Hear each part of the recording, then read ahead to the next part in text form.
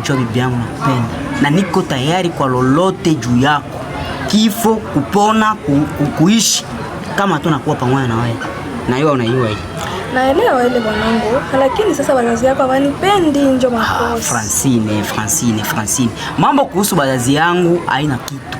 Mambo kuhusu wazazi yangu mie sina mudunia hivi nishabakia, naweza tika hata niachane na wazazi yangu, niachane na banduku yangu, niachane na baba na mama kama niko tu na wewe Francine. Naweza itika niua hata mtu, kuua, kuchoma mtu kisu. Juu ya nini? Roho yangu, hakuna mwanamke wote mdunia mwenye roho yangu lipasukia sawa sana wewe. Sina shauri, sina mshauri, sina baba, sina mama wa kunishauria. Ile yeko roho yangu ndio nitatimiza juu yako. Kuanzia leo na kuahidi sitakuangusha kama. Nitaishi na wewe milele na milele. Sawa? Sawa, kuna problem mwanangu. Maka nasikia sasa vile niko mbinguni. Sikia sasa malaika ndio anashuka kwangu. Francine, ulipanga nini kunikubali bibi yangu?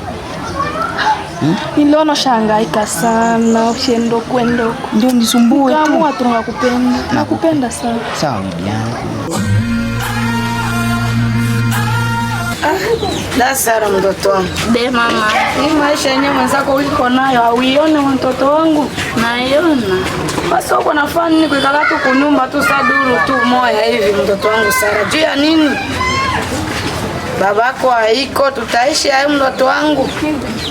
Ma unapenda samini fair Niko penda kwa sababu vile mwenzako jinsi uko unaona jinsi mama kesha kwa na mango bei makali kungara. Watapenda nikale kwa maisha mtoto wangu. Mama, ngule maisha ni mbaya. Mimi wapenda nipate bwana nife mariage. Sasa siwezi ingia mwa ile kazi mama.